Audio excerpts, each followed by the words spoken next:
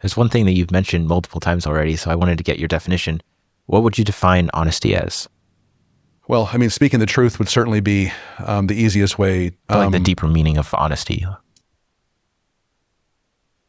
Knowing that you gave knowing that you gave whoever's on the other end, right? Your client, your referral partner, your business associate, your significant other, your children, rest of your family, everything that you have to give them, whether that message is good news or bad news or indifferent news, that you gave them everything you had with an open heart and open mind, and knowing that I could look up spiritually and know I did the right thing.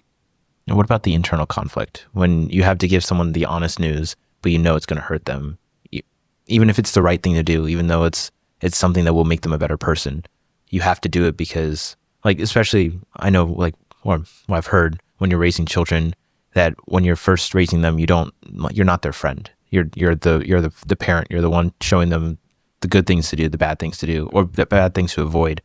Let them fail. Absolutely, let them fail. Right. I mean, I say this certainly not as a perfect parent, certainly not as a perfect spouse. We all make mistakes. We're all broken. You know, when I speak of that from a spiritual perspective, we're all broken. We all make mistakes. But none of us, especially our children, learn from making decisions for them, or protecting them from failure. Failure is the best thing that they can go through, right? And then, because now I have the foundation to work off of to help them learn to not do that again, right? So, no, I don't want to. I mean, I want to protect my children from harm and from making colossal mistakes, right? And that certainly comes through parenting, right? And just guidance and avoidance of things and so forth. I'm heartbroken to have to deliver bad news of something that went wrong, or I'm heartbroken when they have to come to me now because my children are adults with something that went wrong or something they made a bad decision about. But yet there's a piece of me that's like, okay, I mean, you can't not do something wrong again unless you do it wrong the first time. So it's something that's both on the parent side and the child side, the humility over pride. No question. Right. And I have to be humble in those circumstances. Right.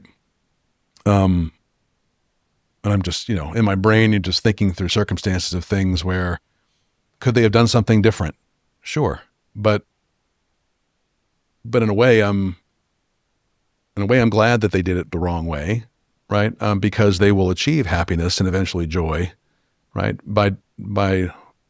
And they will appreciate when they end up getting a different result. They're going to, it's our insanity quote, right? They're going to eventually appreciate the accomplishment of doing something the right way, having done it wrong before.